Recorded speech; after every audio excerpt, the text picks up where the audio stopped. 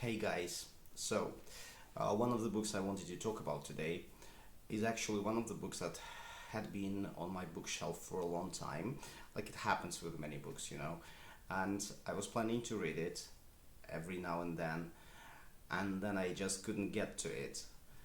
I actually started learning Spanish just to get to this book, and I was putting it off until the moment where I can speak proper Spanish, at least reading it, and then I can read the book. But I gave up with Spanish.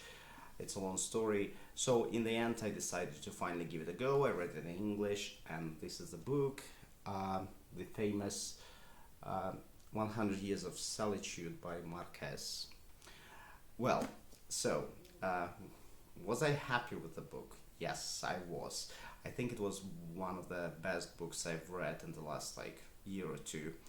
And the thing is, I make those videos short, so I don't have really much space in which I can explain everything, all the details of the book. But I'm trying to just give you a general impression. First of all, the story. The story itself it doesn't, I would say that it doesn't really lead to some moral conclusion in the end for me, because it's still, everything is still very vague. Maybe that was just me and I couldn't understand the writer's idea. Maybe he wanted to deliver his ideas through those characters rather than through the whole story. That's, if you know what I mean. So, um, the book is really amazingly written and great translation. I'm sure it's great in Spanish as well. And well, the best thing about the books, in my opinion, is its so-called magical realism. That's feature when he mixes reality with something surreal. And it happens unexpectedly. I'll just give you one example.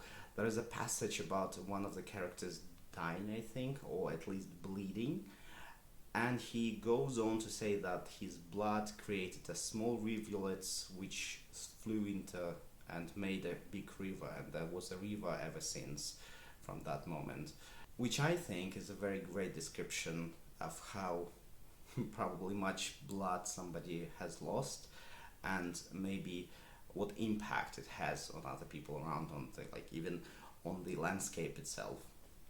And there are a lot of things like this. I think that the whole book is based on this, and it's probably famous for this specific feature of the book. So, I really enjoyed the story. Characters are great. Metaphors are aplenty. You really care about the characters, even though they don't really live such happy lives.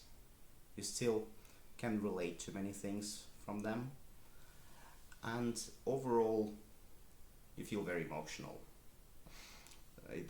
Gives you this kind of catharsis which you usually look for in books, at least I do.